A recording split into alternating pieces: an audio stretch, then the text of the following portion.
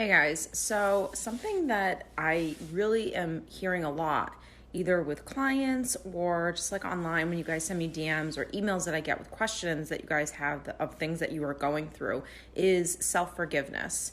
And this is really, really important because if you're going to start this process, if you're going to start this healing journey, if you're going to be the master of your destiny, if you're going to create your own life, if you're going to take responsibility for your happiness and yourself, you have to constantly practice self-forgiveness because the fact of the matter is you're human.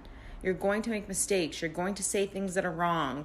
You are not perfect. So this journey of learning how to love yourself, how to parent yourself, how to be mentally and emotionally healthy, it's a practice. That's all it is. It's not a destination to perfection.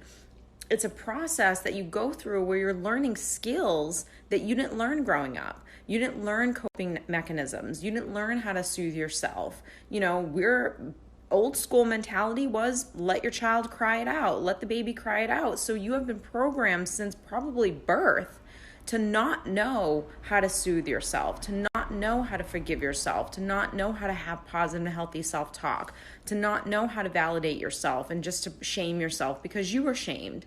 So understand that even something as not being able to forgive yourself, not being able to allow yourself to be a human being, that's a product of the program that you have had your entire life, whether that was from your parents, your friends, or society. The biggest thing you can ever do for yourself in terms of healing, getting better, feeling better is monitoring your thoughts and recognizing when you are not consciously thinking something. So for me, learning how to detach from thoughts and seeing the thought rather than getting emotionally entangled in the thought, that was the ultimate game changer. Because if you can start to do that, if you can start to detach a little bit from something that you're thinking, something negative, something fearful, from something, whatever, stress, worry, anxiety, it doesn't matter. If you can learn to just observe thoughts, then that means that you are not emotionally invested in the thought. When you are emotionally invested in the thought is real.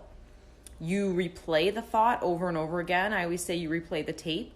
You replay the thought over and over again as if it's happening, as if it's real, as if it's an actual worry that we have to be stressing about in this moment, right here, right now. So when you detach and you observe thought, you can choose, okay, is that thought something that I want to think right now? You can use logic to say, do I really believe that thought? Or is that just something that's coming into my mind that I just all of a sudden grabbed onto and started believing and attaching and feeling and getting entangled in? So that is a huge, huge practice to start every single day as often as you can, because I don't know if we can be conscious in every moment of every day, because that would be really exhausting. We're going to go on autopilot. Our subconscious is going to take over. But if you can, try to observe thoughts rather than attaching to thoughts.